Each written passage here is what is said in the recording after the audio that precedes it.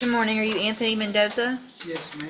And Mr. Mendoza was previously in court and entered pleas of true to counts 1 through 13 in a motion to revoke probation.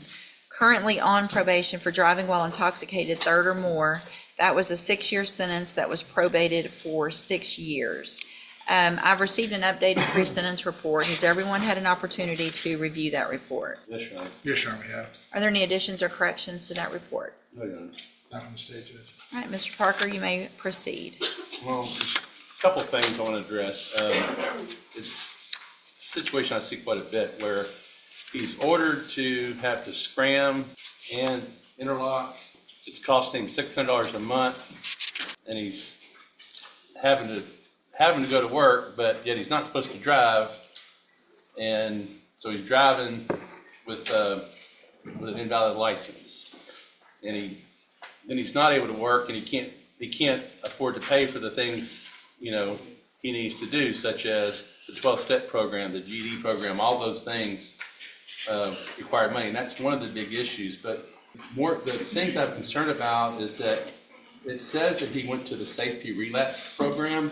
I'm not sure exactly what happened, but he says he never went to the safety relapse program. I don't know if he was ordered to go and he didn't go, but I think he was in custody at the time, and I'm not sure how that happened. But he also says he's never tested positive for cocaine, which is alleged in here.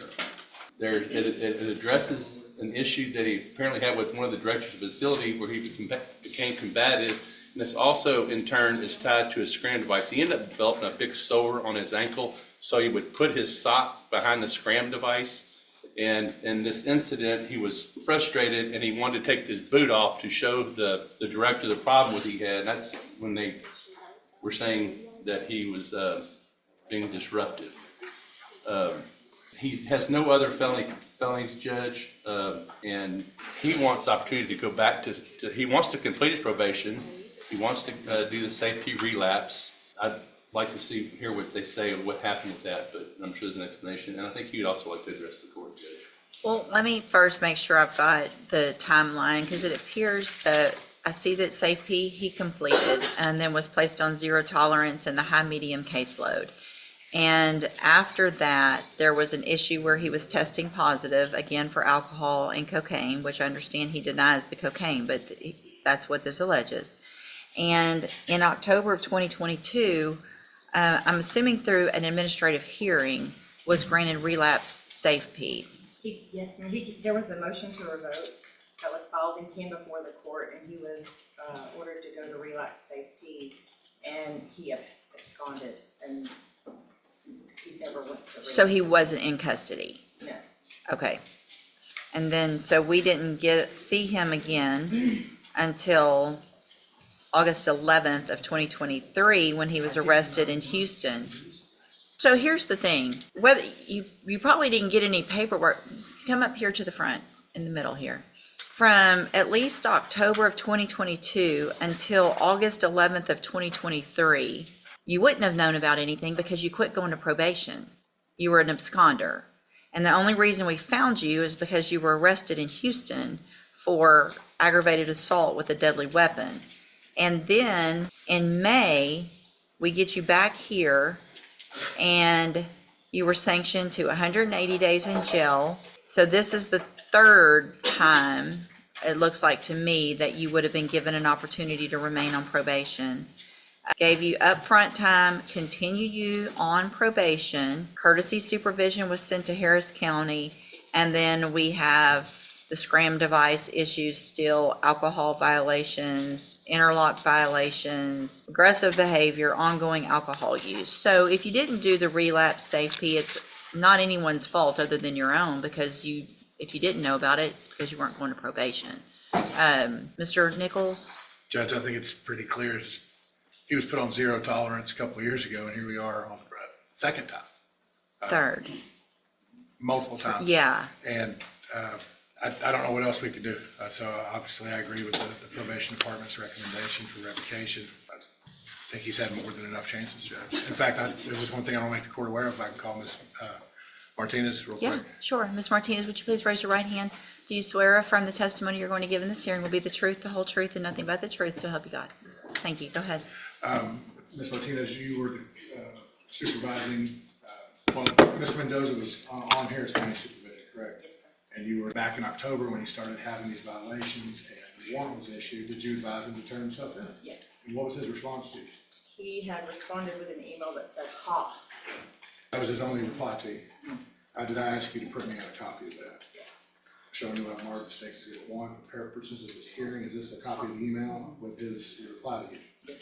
I'll tender to the defense attorney, Your Honor. I'll tender to the court for purposes of this hearing. I'll offer State's Exhibit 1. It's admitted. And is that pretty consistent with his level of cooperation and attempts to provide probation while he's been supervised? Yes, sir.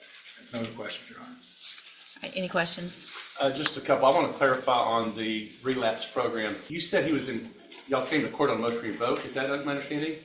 Yes. And so the safety relapse was ordered by Judge West. Yes. And when he was here, the defendant was here. Mr. Mendoza was here at that time. Yes, sir. Well, wouldn't he have been taken into custody? Let me make sure, because I wasn't supervising. Okay. It looks like the hearing was completed over the phone. Okay, wait, he wasn't on here, it was over the phone with the supervisor at that time. Due to him residing in Houston, he reported he had a lack of transportation to report back to the hearing at that time because he had tested positive for alcohol and cocaine. The supervisor had recommended complete relapse safety and issue a warrant for his arrest. So he wasn't made aware at that time that he was going to have a warrant and we were requesting relapse safety. I have no further questions of her, Judge. All right, anything I have no else? other questions for Ms. Martinez, Your Honor. Your Honor. Thank you, Ms. Martinez. I think he wanted to address the court, but we never did because we Sure. talked with her. Go ahead. Would you like to tell the court? Do you want to tell the court? Y'all saying I went to safety twice, I never went. Nobody's saying you went to Safe twice. We're saying you went to You're saying Safe I Hold on, absconded? don't, listen. I'm gonna let you talk, but don't talk over me. We're saying that you went to Safe and then that you were ordered to go to the Safe relapse, but you never came and turned yourself in after that phone call where you were told that there was to be a warrant for your arrest. So no, you never went to Safe relapse. Go ahead. She said I was supposed to turn myself in. That was after I did the 9 months where felony assault got dropped to a misdemeanor terrorist threat. Mm-hmm. So when I was here, y'all let me out. And then I was trying to work and they kept saying that I was messing with the scram device. Okay. So I was actually at work when she sent me the message to my phone. And I was trying to work and trying to pay, for the devices and stuff, since they were violating me for operating my truck without court permission. Mm-hmm. So that's when I just didn't turn myself in. Right. So did you respond? Is that email?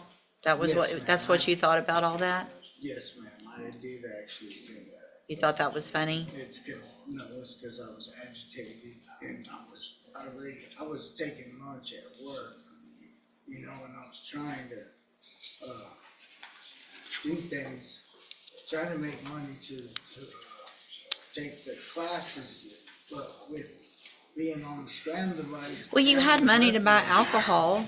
You hadn't, because you kept drinking, because you kept messing, Mr. Mendoza, you have been given so many opportunities on this probation, and I understand that those things are expensive. However, if you had at any time stopped testing positive and having blood alcohol readings that were positive on those things, then you could have eventually gotten off of those. I don't keep people on those for very long, but the reason we had to keep doing it for you is because you kept drinking. You kept messing up. And so you don't get to say, I kept messing up. Seriously, you got the initial probation in 2021. You got you got Safe P. You got some upfront time because of the Harris County issue, didn't revoke you, haven't revoked you, 3 times haven't revoked you. And here we are with all of these violations. Through the TVCJ program, I was doing what I needed. The only time I had issues when I had the foot problem that I got from the halfway house. That's the only reason they said I absconded from the TVCJ program. Okay. I've actually done well through the program, through with the supervisor division. The only time I messed up is when they stopped supervising me and made me go do these things by myself. Well, I mean, how old are you? How old are you? I'm 43. 43 years old. And I have no felonies on my record except for this. That doesn't mean anything. You have this felony and you have 6 years hanging over your head. And you've been given all the tools. You went to safety, you got to aftercare. At some point, you have to take those tools and do for yourself and not come in and say, well, they made me do it for myself, so it's somebody else's fault that I kept drinking. We gave you the tools. If I can go We're done. through At this, another we're done. safety again, No, we're done. let me kiss At my the- ass. Mr. Mendoza, turn around. You can say whatever you want, but you're gonna face me and you're gonna get your sentence. And if at this time I could give you more, I would, I promise you, but I can't. So I'm going to find that you entered your pleas of true to counts 1 through 13 freely and voluntarily. Find those counts true. Find sufficient evidence to revoke your probation, and at this time revoke your probation. Sentence you to 6 years in the institutional division of the Texas Department of Corrections.